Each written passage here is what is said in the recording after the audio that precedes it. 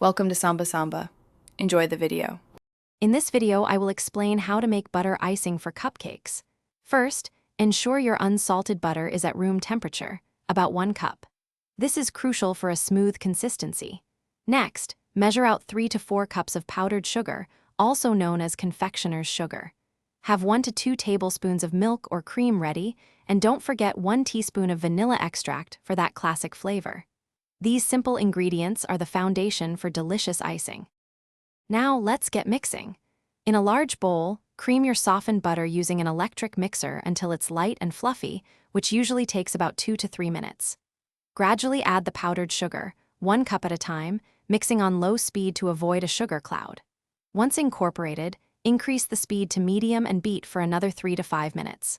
Finally, mix in the milk or cream and vanilla extract until your icing is perfectly smooth and creamy.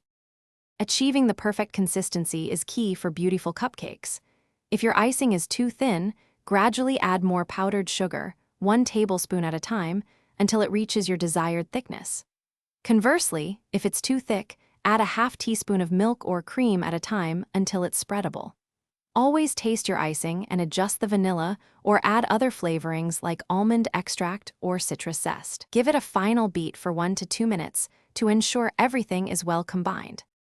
For colorful cupcakes, use gel food coloring, adding a small amount at a time until you achieve your desired shade. Gel colors are more concentrated and won't thin your icing. Once colored, transfer your butter icing to a piping bag fitted with your favorite decorating tip. This makes for easy and precise application. Remember to check the description for a link to some great deals, including those fantastic darn tough socks. Now, pipe your beautiful icing onto cooled cupcakes and enjoy your delicious, homemade treats. Thanks for watching. Consider subscribing if we helped you.